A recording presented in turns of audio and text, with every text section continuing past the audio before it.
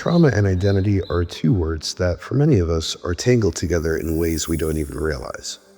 When we go through something overwhelming, something that shakes the foundation of who we are, it doesn't just leave a scar on the body or the mind. It can weave itself into the very fabric of how we see ourselves. Trauma isn't just about the event. As Dr. Gabor Maté explains, it's about what happens inside of you as a result of what happened to you. It's the wound that forms when the nervous system is pushed past what it can handle, when safety is ripped away and your body and mind do whatever they must to survive. That survival instinct is powerful. It can make you fight, run, freeze, or even shut down completely. And in the moment, those responses save you. But over time, they can also become the stories you tell yourself about who you are. You start to believe that you are the anxiety. You are the anger. You are the person who can't trust, can't feel, can't love without fear. Sometimes trauma enters through the big moments, the kind that hit like a tidal wave. Abuse, loss, violence, a devastating betrayal. Other times, it seeps in drop by drop through years of neglect, criticism, or never quite being seen for who you really are. Psychologists call this complex trauma, not because it's hard to understand, but because it builds slowly, layer upon layer, until it feels like the only reality you've ever known. I want to tell you a story. Two boys, brothers, grew up in the same house. They were just 10 and 12 when their nights were filled with the sound of their father's drunken rage. They ducked and dodged whatever he threw. Sometimes words that cut deep, sometimes objects, sometimes fists. They carried the same memories, the same bruises, and the same fear. The older brother grew up to look a lot like the man they feared. He battled addiction, struggled with his temper, and treated his own family with the same sharp edges that he had endured. When someone asked him why, he said, "Can you blame me?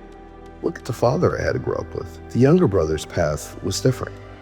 He became a gentle soul, a man who adored his family and poured himself into their lives. He never touched alcohol, not out of fear, but because he never wanted to pass on the same pain.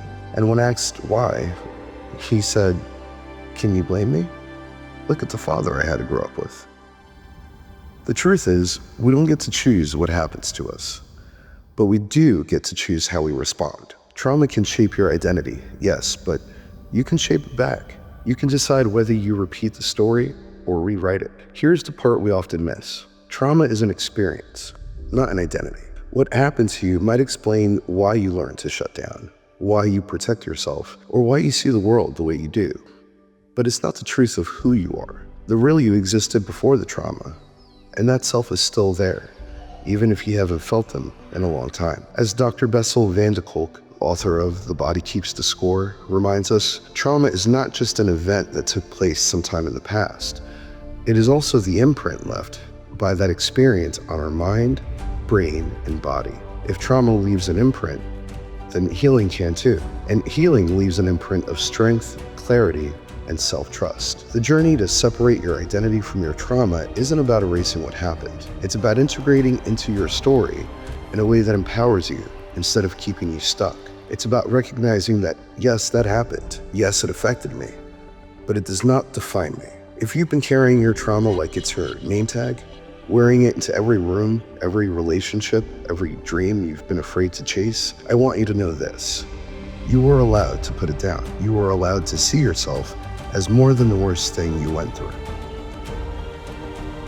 Your trauma may have shaped part of your identity, but it's not your destiny. You have the power to write new chapters, to redefine what your name means to you when you say it out loud, to decide who you are becoming. So today, maybe the question isn't, who am I because of my trauma? Maybe it's, who am I beyond my trauma? And that's a question worth living into. My name is Aidan Phoenix, and this is Life Beyond the Scars.